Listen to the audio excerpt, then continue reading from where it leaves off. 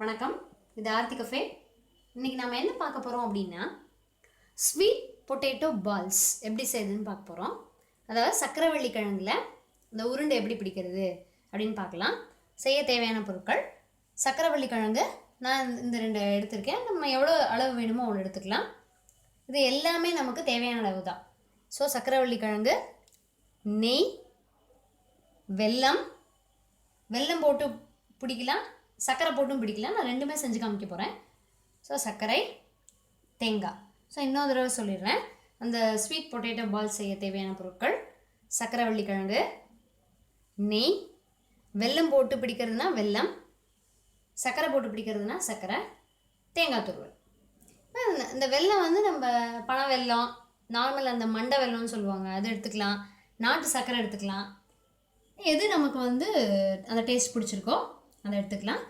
So இப்போ நம்ம என்ன பண்ண போகிறோம் அப்படின்னா, இந்த சக்கரவள்ளி கிழங்கை நல்லா வந்து கொஞ்சம் அகலமாக இவ்வளோ நீளத்துக்கு கட் பண்ணி தண்ணியில் போட்டு வேக வைக்க போகிறோம். ஒரு பாத்திரத்தில் தண்ணி எடுத்து அதை அடுப்பில் வச்சு அதை கொதிக்கும் பொழுது அந்த நறுக்கின பிட்டெல்லாம் அதில் போட்டு மூடி வச்சிடலாம். நியர்லி ஒரு 10 to 15 minutes ஆகும் அது வேகிறதுக்கு. அவன் அதை போட்டுட்டு அது வேகும்போது எடுத்து காமிக்கும் போது பார்க்கலாம். அந்த சக்கரவள்ளி கிழங்கை நான் அந்த மாதிரி வில்லையாக போட்டு, ஸோ இப்படி இந்த சைஸ்க்கு இந்த திக்னஸ்க்கு வில்லையாக போட்டு வெறும் தண்ணி எதுவுமே போடல, உப்பு அதெல்லாம் கிடையாது, வெறும் தண்ணியில் நல்லா அந்த கிழங்கு அலம்பிட்டு இந்த மாதிரி ஸ்லைஸாக நறுக்கி இதை போட்டு 10 minutes ஆச்சு கரெக்டாக. நல்லா கொதிக்கும் போது போட்டுட்டு, மூடெல்லாம் இல்லை, அப்படியே பக்கத்தில் தான் நான் இருந்தேன், அப்படியே அது பாட்டுக்கு வெந்துடுச்சு. ஸோ இது எப்படி நம்ம பார்க்குறோம் அப்படின்னா, இப்போ இந்த மாதிரி ஒரு கிழங்கு எடுத்துக்கோங்க, ஒரு தட்டில் வச்சு இந்த கரண்டியாலே இப்படி நடுவில் வந்து கட் பண்ணி பாருங்கள். ஸோ நம்மளால் ஈஸியாக கட் பண்ண வரும். அப்படின்னா அது வெந்துச்சு அப்படின்னு அர்த்தம். ஸோ இப்போ அது வந்து நல்லா மாவாட்டம் வெந்தாச்சு, அந்த தோலும் நல்லா அழகாக அப்படி நம்ம உரிக்க வரும். ஸோ டக்குன்னு நம்ம என்ன பண்ண போகிறோம் அப்படின்னா, இதை எடுத்து பக்கத்துலேயே நான் கொஞ்சம் பச்சை தண்ணி வச்சுருக்கேன், அதில் இதை போட்டுடலாம். போட்டு அது கொஞ்சம் நாள் ஆனதுக்கப்புறமா அதனுடைய தோலை வந்து உரிச்சிடலாம். ஸோ இப்போ நான் அடுப்பை நிறுத்திட்டு இந்த கிழங்கு எல்லாத்தையும் எடுத்து பச்சை தண்ணியில் போட்டுடுறேன். இப்போ இந்த கிழங்கு வாங்கும்போது நான் உங்களுக்கு வந்து ஒரு விஷயத்த சொல்லணும். அதாவது கிழங்கு, இந்த சக்கரவள்ளி கிழங்குலேயே நிறைய டைப் இருக்குது. அதில் வந்து நிறையா அவைலபிளாக இருக்கிறது வந்து ஒரு 2 டைப்பு. ஒன்று வந்து நல்ல மொத்தமாக, அந்த கிழங்கு வந்து நல்ல மொத்தமாக அதனுடைய தோல் வந்து ஒரு வேறு கலராக இருக்கும், ஒரு மாதிரி எல்லோ கலராக அந்த மாதிரி இருக்கும். இன்னொரு டைப் எப்படி இருக்கும் அப்படின்னா, நான் உங்களுக்கு காமிச்சேன் இல்லையா, நீளமாக நல்ல ரோஸ் கலரில் இருக்கும் அதனுடைய தோல். இப்போ இங்கே இருக்குது பாருங்கள், இந்த மாதிரி நல்ல நீளமாக இருக்கும், இந்த மாதிரி ரோஸ் கலரில் இருக்கும் அதனுடைய தோல். ஸோ இந்த கிழங்கு நல்லாயிருக்கும். அந்த மொத்தமாக இருக்கிற கிழங்கை விட இந்த மாதிரி நீளமாக இருக்கிற கிழங்கு கொஞ்சம் ஒரே மாதிரி ஷேப்பாக, நீளமாக ஒரே ஷேப்பாக இருந்தால் பரவாயில்ல. பட் சில சமயம் அது வந்து ஒரு மாதிரி முறுக்கிட்டு தான் கிடைக்கும் நமக்கு அந்த கிழங்கு. அதனால் நீங்கள் அந்த மாதிரி உங்களுக்கு மேக்ஸிமம் அந்த மாதிரி முறுக்கல் இல்லாமல் நீளமாக அழகாக இருக்கிற கிழங்காக இருந்தால் ரொம்ப டேஸ்டியாக இருக்கும். அந்த மாதிரி கிடைச்சா வாங்கிக்கலாம்.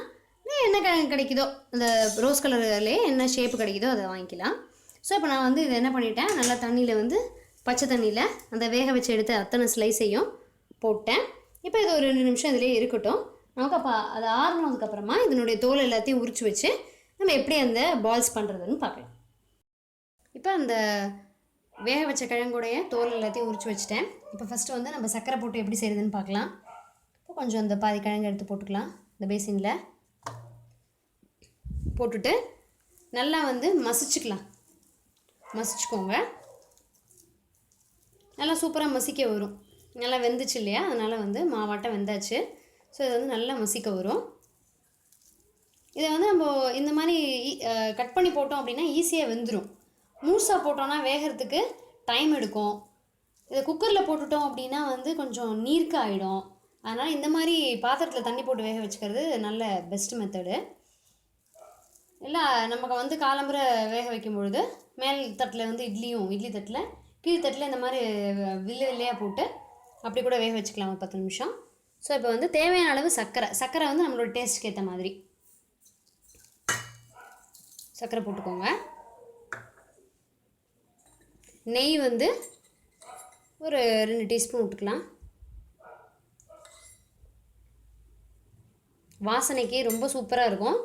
இதை வந்து நம்ம அழகாக ஹெல்த்தி ஸ்நாக்ஸ், இது பசங்களுக்கு வந்து இதை வந்து கொடுக்கலாம், ஹெல்த்தியாக இருக்கும், ரொம்ப விரும்பி சாப்பிடுவாங்க. வெறுமனை போட்டு நம்ம வேக வச்சு கொடுத்தா அது நல்லா இருக்காது.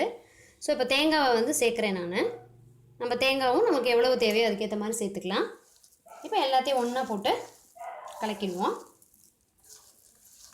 நம்ம அந்த கிழங்கு நல்லா மாவாட்டம் இருக்கிறதுனால அந்த சர்க்கரை லைட்டாக கொஞ்சம் ஈரப்பதம் கொடுக்கும். நெய் வாசனை எனக்கு இதை வந்து உருண்டை பிடிக்கும் போதே சாப்பிடணும் போல் ஆசையாக இருக்குது. இது வந்து என்னுடைய ரொம்ப ஃபேவரெட். அம்மா எனக்கு தான் ஸ்கூல் படிக்கிறதுலேருந்தே எனக்கு, நான் ஸ்கூல் விட்டு வரும்பொழுது இதை செஞ்சு வச்சுருந்தாங்கன்னா உள்ளே நுழையும் போதே வாசனை அடிக்கும். வரும்பொழுதே வந்து எனக்கு அப்படியே ஆஹா இன்றைக்கி பயங்கரமான சூப்பர் ஸ்நாக்ஸ் நமக்கு அப்படின்னு தோணும். ரொம்ப பிடிக்கும் எனக்கு அந்த ஸ்வீட். நீங்களும் கண்டிப்பாக ட்ரை பண்ணி பாருங்கள். ஸோ இந்த மாதிரி பால்ஸ் உருட்டி வச்சிடலாம். சர்க்கரை ஒரு நாள் சர்க்கரை போட்டு பண்ணி கொடுக்கலாம், ஒரு நாள் வெல்லம் போட்டு பண்ணி கொடுக்கலாம். அந்த வெல்லம் போடும்பொழுது நமக்கு அந்த கலர் கொஞ்சம் ப்ரௌனிஷாக வரும். ஸோ சர்க்கரை போடும்பொழுது அந்த கிழங்கோட கலர் வந்து நமக்கு அப்படியே கிடச்சிடும். அப்புறம் அந்த மாதிரி அந்த கிழங்கு வந்து செலக்ட் பண்ணும்போது கரெக்டாக செலக்ட் பண்ணிக்கணும்.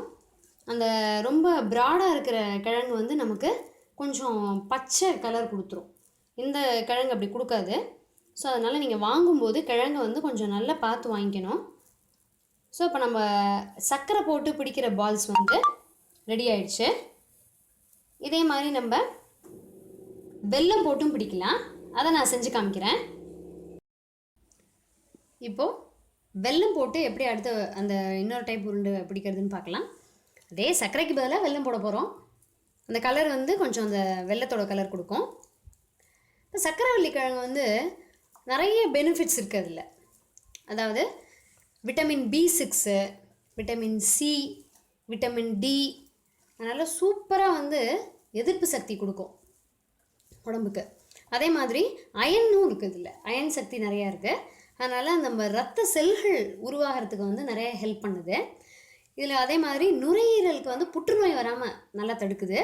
இல்லை ரொம்ப முக்கியமானது என்னென்னு பார்த்தோம் அப்படின்னா உடலின் அந்த சருமத்தினுடைய பளபளப்பு வந்து கூட்டும். அது சருமம் வந்து பளபளன்னு மென்மையாக இருக்கும். குழந்தைகளுக்கு ஏற்ற டிஷ் இது. ஸோ இதை கண்டிப்பாக நீங்கள் வந்து இந்த ஹெல்த்தி ஸ்நாக்ஸாக நான் அந்த ஸ்நாக்ஸ் டைமில் சாப்பிட்றதுக்கு கொடுக்கலாம். அதே மாதிரி இப்போ அந்த ஒரு மாதிரி ஸ்போர்ட்ஸ் டே அந்த மாதிரி டயத்தில் பசங்களுக்கு சாப்பிட்றதுக்கு டைம் இருக்காது. இந்த மாதிரி பண்ணி கொடுத்துட்டோம் அப்படின்னா நல்லா பசியும் தாங்கும். இப்போ வந்து இந்த நல்லா மசிச்சிட்டேன்.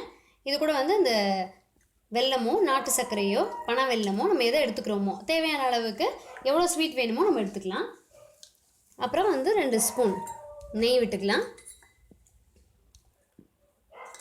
அப்புறம் துருவின தேங்காய். அதே தான் சர்க்கரைக்கு பதிலாக நம்ம வந்து வெல்லம் போட்டுக்கிறோம். அதுதான் வித்தியாசம். போட்டு இப்போ அதே மாதிரியே பால்ஸ் பிடிச்சி வச்சிடலாம். ஸோ மேக்ஸிமம் சர்க்கரை வந்து ஆசைக்காகவும் நிறைய டைம் வந்து வெல்லமும் போட்டு செஞ்சு கொடுக்கும்போது பசங்களுக்கு ரொம்ப பிடிக்கும். இந்த கலர் வந்து அப்படி ஒரு கலர் கொடுக்கும், அழகாக அருமையான கலர் இது. ஆனால் அந்த கிழங்கோட கலர்லேயே பார்க்கும்பொழுது நமக்கு அந்த சர்க்கரை, அந்த மாதிரி கொஞ்சம் ப்ரௌன் கலரில் பார்க்கும்போது வெல்லத்துலேயும் நமக்கு அயன் ரிச். ரொம்ப வெல்லம் வந்து நல்ல ஒரு ஹீமோக்ளோபின் இன்க்ரீஸ் பண்ணுற இதுக்கு வந்து ரொம்ப உதவுது வெல்லம்.